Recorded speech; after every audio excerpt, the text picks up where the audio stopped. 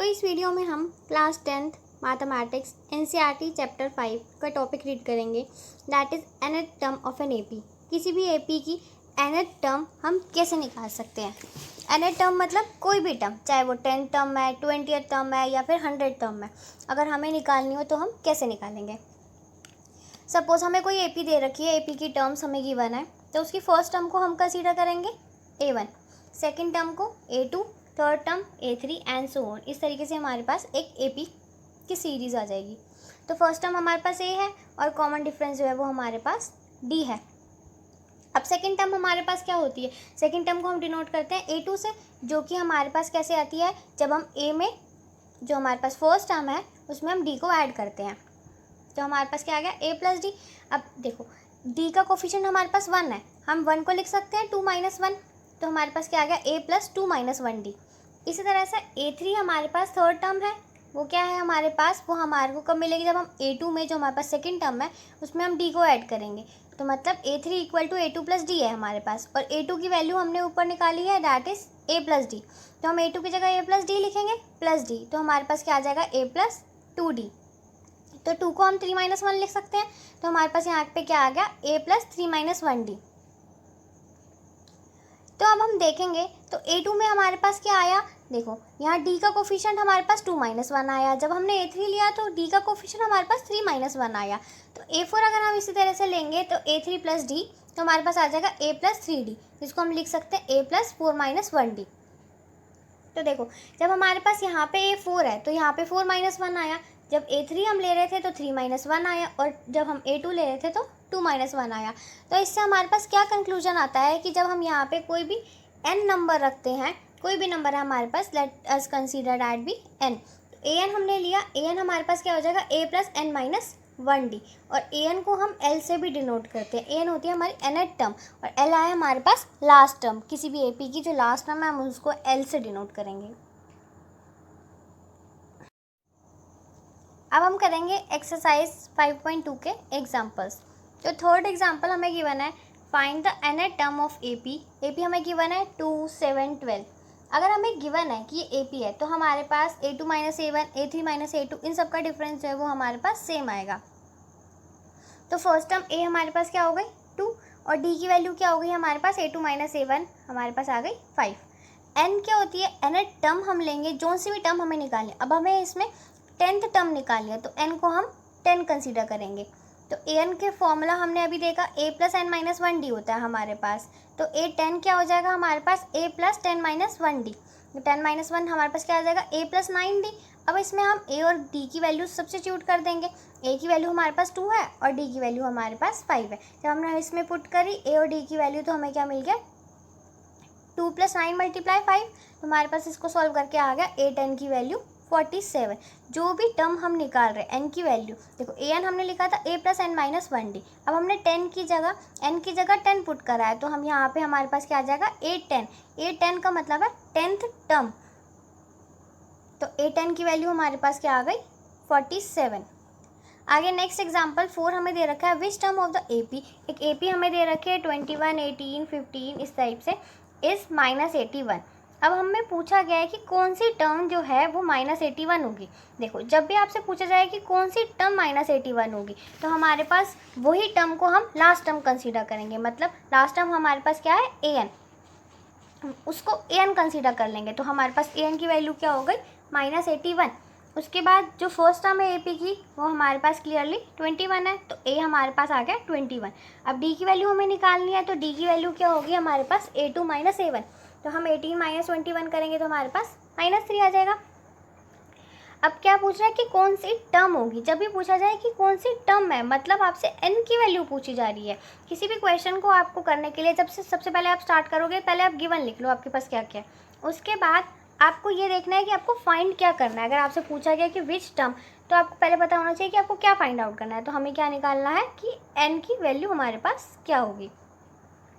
तो n की value निकालने के लिए हम क्या करेंगे, हमारे पास nth टर्म का फॉर्मूला है। nth टर्म का फॉर्मूला को निकालने का फॉर्मूला क्या है हमारे पास an क्या होती है हमारे पास nth टर्म। तो an equal to a plus n minus 1d। an की वैल्यू हमारे पास माइनस 81 है, a की वैल्यू हमारे पास 21 है, और n की वैल्यू हमें फाइंड आउट करनी है। और डी की वैल्यू हमने पुट कर दी यहाँ पे -3। अब इसको हम कैसे सॉल्व करेंगे, -81 है, अब 21 हमारे पास राइट हैंड साइड पे दे रखा है, इसको हम लेफ्ट हैंड साइड पे लेके जाएंगे तो साइन चेंज हो जाएगा हमारे पास। तो यहाँ हमारे पास क्या आ जाएगा, -81 -21 इक्वल टू जो हमारे पास था n-1 ब्रैकेट में -3, उसको हमने एज इट इज़ लिख दिया। हम कोई भी नंबर पहले लिख सकते हैं, तो मैंने -3 को पहले लिख दिया, उससे कोई फ़र्क नहीं पड़ता, आप कुछ भी पहले लिख सकते हो। तो जब आप -81 -21 को सॉल्व करोगे, दोनों माइनस के साइन दे रखे हैं, तो हम माइनस माइनस हमारे पास प्लस हो जाएगा और साइन जो है हमारे पास माइनस का आएगा। तो -102 आ गया हमारे पास इक्वल टू -3 n-1। तो -102 अपॉन में -3, -3 को हम लेफ्ट हैंड साइड पे लेकर आएंगे तो हमारे पास डिवाइड में हो जाएगा। इसको हम डिवाइड करेंगे तो 3 से 102 को हम कैंसिल करेंगे, हमारे पास 34 आ जाएगा इक्वल टू n-1।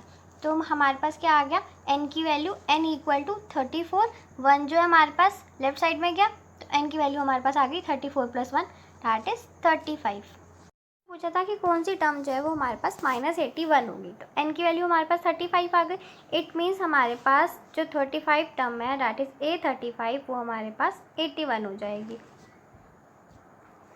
अब हमारे पास क्वेश्चन में नेक्स्ट क्या कह रहा है, ऑल्सो इफ़ एनी टर्म 0, हमें चेक करना है कि क्या कोई टर्म इसमें होगी जो 0 होगी। अगर हमारे पास कभी भी क्वेश्चन आता है कि हमें चेक करना है कि क्या ये टर्म है, मतलब 0, हमें इसमें चेक करना है कि क्या 0 जो है इस AP की कोई टर्म है या नहीं है, तो हम कैसे चेक करेंगे, हम सपोज़ कर लेंगे कि 0 जो है कोई AP की हमारे पास टर्म है और an को हम 0 ले लेंगे। हमें कोई भी नंबर दे रखा है, इस केस में हमें 0 दे रखा है, तो हमने an को 0 कंसीडर कर लिया। जो भी नंबर हमें चेक करना है कि वो एक AP की हमारे पास टर्म होगी या नहीं होगी, उसको हम an कंसीडर कर लेंगे। AP हमें गिवन होगी तो वहाँ से हमें a और d की वैल्यूज़ मिल जाएगी और हम n फाइंड आउट करेंगे। ओके, तो an equal to a + n-1d आ गया हमारे पास। an हमने 0 कंसीडर करा क्योंकि हमें 0 के लिए चेक करना है, इक्वल टू a + n-1d हमारे पास -3 आया था, वो हमने पुट कर दिया। a की वैल्यू हमें 21 गिवन है, तो हम a की जगह 21 पुट कर देंगे। इसमें आप वैल्यूज़ पुट करोगे तो a इक्वल टू 3 n-1 आ गया। a की वैल्यू हमने पुट करी 21 इक्वल टू 3 ब्रैकेट में n-1। अब हम इसको सॉल्व करेंगे, 3 हम लेफ्ट हैंड साइड पे लेकर आएंगे तो वो 21 के अपॉन में आ जाएगा, तो 21/3 हमारे पास आ जाएगा 7 इक्वल टू n-1। तो n की वैल्यू हमारे पास आ जाएगी 7 + 1 दैट इज़ 8। अगर हमारे पास सॉल्व करके n की वैल्यू कोई नेचुरल नंबर आ जाती है, तो इट मीन्स हमारे पास हमने जिसको भी an कंसीडर करा था वो हमारे पास एक AP की टर्म होगी। तो n हमारे पास क्या आ गया, 8, that is a natural number, so 0 is a term of the given AP। तो 8 और कौन सी टर्म जो है वो हमारे पास 0 होगी, क्योंकि हमारे पास n की वैल्यू 8 आई है, इट मीन्स 8th टर्म जो है वो हमारे पास 0 होगी। नेक्स्ट 5th एग्जाम्पल में क्या कह रहा है, डिटरमाइन द AP। अब हमें AP निकालनी है, AP हमें गिवन नहीं है। हुज थर्ड टर्म, हमें थर्ड टर्म गिवन है। अब an का फॉर्मूला हमारे पास क्या होता है, an का फॉर्मूला देखो हमने प्रीवियस क्वेश्चन में ही यूज़ किया था, n equal to a + n-1d। यही क्वेश्चन हम हर एक में यही फॉर्मूला हम हर क्वेश्चन में यूज़ कर रहे हैं। तो हमारे को अगर थर्ड टर्म दे रखी है, थर्ड टर्म का मतलब है n की वैल्यू 3 होगी, 5th टर्म का मतलब है n की वैल्यू 5 है, तो और 10th इसी तरह अगर हमें 10th टर्म दे रखी है तो n की वैल्यू हमारे पास 10 है, और nth टर्म के लिए हमारे पास n हम n कंसीडर करते हैं। तो हमारे पास थर्ड टर्म हमें बोला है कि थर्ड टर्म 5 है, तो इसमें हम n की जगह अगर हम 3 पुट करेंगे तो हमें क्या मिलेगा, a + 2d।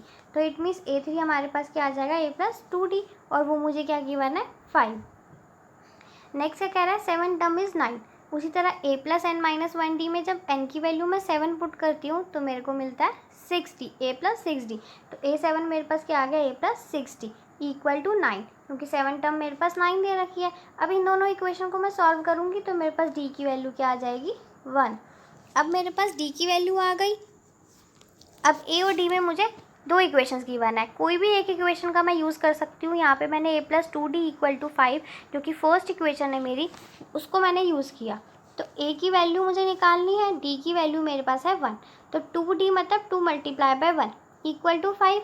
तो यहाँ से हम सॉल्व करेंगे तो हमारे पास a की वैल्यू 3 आ जाएगी। अब हमारे पास a और d की वैल्यू आ गई, तो इससे हम AP निकाल सकते हैं।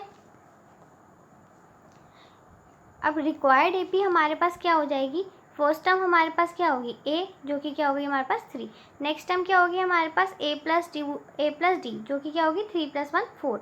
नेक्स्ट क्या होगी, हम प्रीवियस टर्म में d ऐड कर देंगे। d की वैल्यू हमारे पास क्या है 1, तो 4 + 1 क्या आ गया हमारे पास 5, और 5 + 1 क्या आ गया हमारे पास 6। तो 3 4 5 6 ये हमारे पास ए पी की टर्म्स हो जाएगी। तो इस तरीके से हमारे पास ए पी आ गई।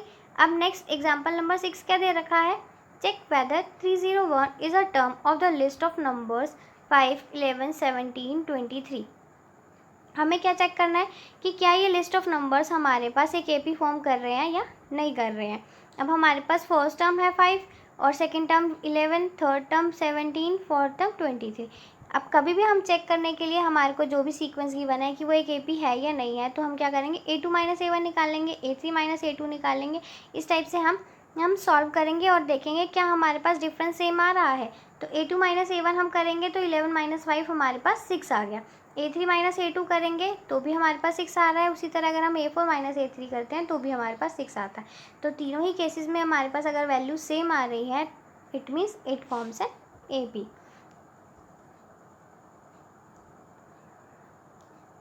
नेक्स्ट, अगर हमें चेक करना है कि 301 जो है हमारे पास, इसकी कोई टर्म होगी, इस सीक्वेंस की, इस ए पी की कोई टर्म होगी या नहीं होगी, तो इसमें क्या करना है, check whether 301 is a term of the list of number और नॉट।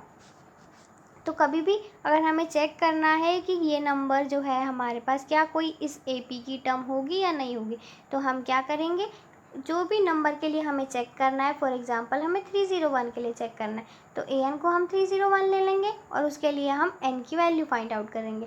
तो ए एन क्या होता है हमारे पास a + n - 1d, और ए एन हमने 301 पुट करा। ए हमारे पास क्या है, फर्स्ट टर्म 5 + n - 1 इंटू में 6।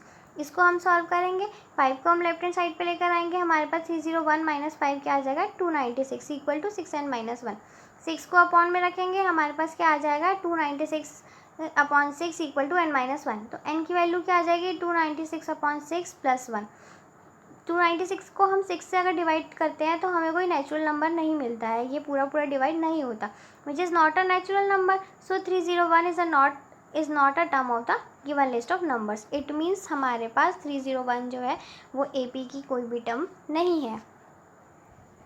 Example number 8, find the 11 term from the last term of the A P. हमें ए पी गिवन है 7, 10, 7, 4 एंड सो ऑन टू -62।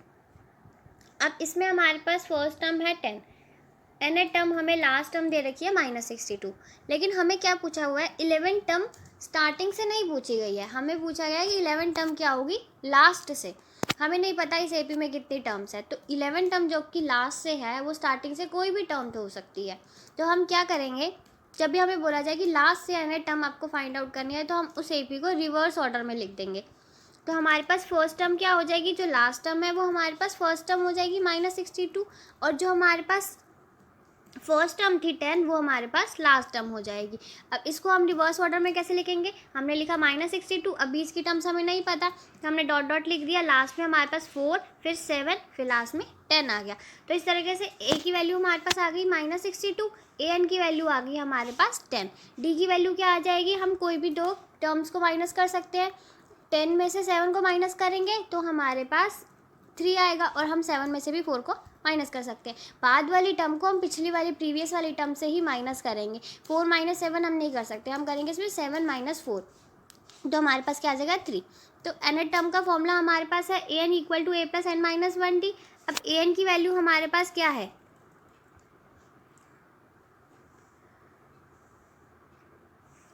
10 है, लेकिन हमें क्या निकालनी है 11 टर्म निकालनी है, मतलब हम n की वैल्यू जो है वो 11 पुट करेंगे। तो हमारे पास क्या आ जाएगा यहाँ से A11। तो A11 निकालने के लिए क्या करेंगे हम, A11 = a की वैल्यू क्या है हमारे पास -62 प्लस n की वैल्यू जो हमें निकालनी है, तो वो क्या है हमारे पास 11 - 1 आ जाएगी, क्योंकि n की जगह हमने क्या पुट किया है 11, क्योंकि हमें 11 टर्म निकालनी है, इंटू में d। तो A11 हमारे पास क्या आ जाएगा -62 प्लस 11 - 1 हमारे पास क्या आ जाएगा 10 × d, और d क्या है हमारे पास 3। तो ये हमारे पास क्या आ जाएगा, -62 प्लस में 30। इसको हम सॉल्व करेंगे तो हमारे पास क्या आ जाएगा, हमारे पास क्या आया, -62 प्लस 30। इसको हम सॉल्व करेंगे तो हमारे पास क्या आ जाएगा, -32। इट मीन्स हमारे पास जो 11 टर्म है वो -32 है। ये 11 टर्म जो हमारे पास इस वाली एपी के लिए आई है स्टार्टिंग से, वही इस वाली जो हमारे को क्वेश्चन में गिवन है एपी, उसके लिए लास्ट से हो जाएगी। तो last term from 11 term from last for the given AP will be -32। Example number 9, a sum of ₹1000 is invested at 8% simple interest per year.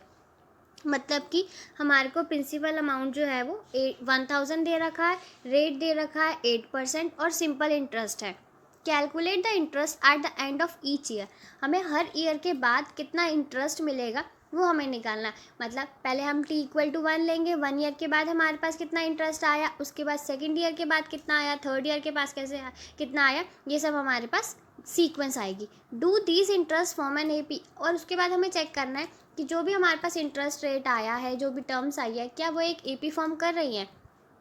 If so find the interest at the end of 30 years. अगर वो एक AP form कर रही है तो हमें interest निकालना है जो कि 30 ईयर्स के बाद होगा। Make use of the fact, मतलब कि हमें कौन सा फैक्ट यूज़ करना है कि एक एपी सीरीज़ बन रही है, एक एपी सीक्वेंस हमारे पास बन रही है, उसका यूज़ करते हुए हम उसमें 30 ईयर्स के बाद कितना इंटरेस्ट होगा उसके फॉर्मूला यूज़ करके हम निकालेंगे।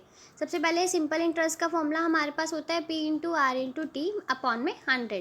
तो इंटरेस्ट रेट आफ्टर 1 ईयर हमारे पास क्या हो जाएगा, P की वैल्यू हमारे पास 1000 क्वेश्चन में गिवन है, R की वैल्यू हमारे को गिवन है 8%, T हमारे पास है time, P is principal amount जितना डिपॉजिट कराया गया, R इज़ रेट जो कि हमारे पास जिस रेट से हमारे को इंटरेस्ट रेट मिल रहा है, T हमारे पास टाइम है, कितने टाइम बाद का हम इंटरेस्ट निकाल रहे हैं, अपॉन में 100। इसमें हमने फर्स्ट ईयर के लिए निकाला तो हमारे पास आंसर आ गया 80। ऐसे ही हम सेकेंड ईयर के लिए निकालेंगे, टी की वैल्यू को 2 पुट करेंगे, इसको सॉल्व करेंगे हमारे पास आ जाएगा 160। ऐसे ही थर्ड ईयर के लिए हम निकालेंगे, इसको सॉल्व करेंगे, टी की वैल्यू 3 रख के हमारे पास आ जाएगा ₹240। तो ऐसे ही हमारे पास फर्स्ट सीक्वेंस की फर्स्ट टर्म आ गई हमारे पास 80, सेकंड टर्म आई हमारे पास 160 और थर्ड टर्म हमारे पास आई है 240। अब हम चेक करेंगे कि ये केपी बन रही है या नहीं बन रही, क्या ये एक अर्थमेटिक प्रोग्रेशन है। इसके लिए हम क्या करेंगे, A2 - A1 करेंगे, A3 - A2 करेंगे। तो A3 - A2 अगर हम करेंगे तो 240 - 60 हमारे पास 80 आ जाएगा, और A2 - A1 करेंगे तो वो भी हमारे पास 80 आ जाएगा। दोनों ही केसेस में हमारे पास डिफरेंस सेम आ रहा है, it means it forms N AP। तो ये हमारे पास एक एपी फॉर्म कर रही है। अब ए की वैल्यू हमारे पास 80 है और डी की वैल्यू जो हमारे पास डिफरेंस आया है, कॉमन डिफरेंस, वो भी 80 है। इंटरेस्ट क्या होगा at the end of 30 years, 30 years के लिए हमारे को पूछा गया है। तो हम क्या निकालेंगे, एन की वैल्यू 30 पुट करेंगे, मतलब ए 30 हम निकाल रहे हैं, ए एन की जगह हमने 30 पुट करा, equal to A + n - 1D होता है हमारे पास। ए की वैल्यू हमारे पास 80 है, n - 1 मतलब 30 - 1, तो 30 - 1 हमारे पास 29 आ गया, डी की वैल्यू हमारे पास 80 है। इसको हम सॉल्व करेंगे तो हमारे पास 2400 आ जाएगा, मीन्स 2400 हमारा आंसर है। Example number 10, in a flower bed there are 23 rose plants in first रो।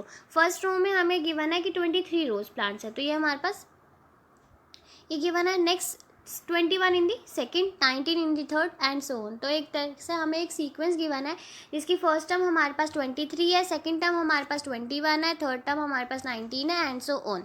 इस तरीके से हमारे पास A1 A2 A3 आ जाएंगे। उसके बाद A2 - A1 हम करेंगे चेक करने के लिए क्या ये एक AP हमारे पास बन रही है, अर्थमेटिक प्रोग्रेशन है या नहीं है। तो A2 - A1 हम करेंगे 21 - 23, तो हमारे पास -2 आ जाएगा। उसी तरह हम A3 - A2 की वैल्यू पुट करेंगे 19 - 21, तो ये हमारे पास -2 आ जाएगा। तो A3 - A2 जो है वो हमारे पास A2 - A1 के इक्वल आ गया, so it forms N AP। तो ये हमारे पास एक AP बन रही है। अब डी की वैल्यू, यही जो डिफरेंस हमारे पास आया वो हमारे पास कॉमन डिफरेंस है, डी की वैल्यू हमारे पास -2 हो जाएगी, ए की वैल्यू हमारे पास 23 हो जाएगी, ए एन की वैल्यू हमारे पास क्या होगी, लास्ट टाइम हमें 5 गिवन है, तो ए एन की वैल्यू हमारे पास 5 हो जाएगी। ए एन का फॉर्मूला लगाएंगे, a n equal to A + n - 1D। A n की वैल्यू हम पुट करेंगे 5, ए की वैल्यू 23 प्लस डी की वैल्यू हमें -2 गिवन है, इसको हम ब्रैकेट में लिख लेंगे n - 1। इसको सॉल्व करने के लिए 5 हम 23 को लेफ्ट हैंड साइड पे लेकर आएंगे, 5 माइनस 23 क्या हो जाएगा, -18 इक्वल टू -2 एन -1। माइनस से माइनस कैंसिल होगा, हमारे पास क्या आ जाएगा 18/2 इक्वल टू n -1। 18/2 हमारे पास क्या आ जाएगा 9, तो n की वैल्यू हमारे पास क्या हो जाएगी 9 + 1 10। तो there are 10 rose in the flower bed.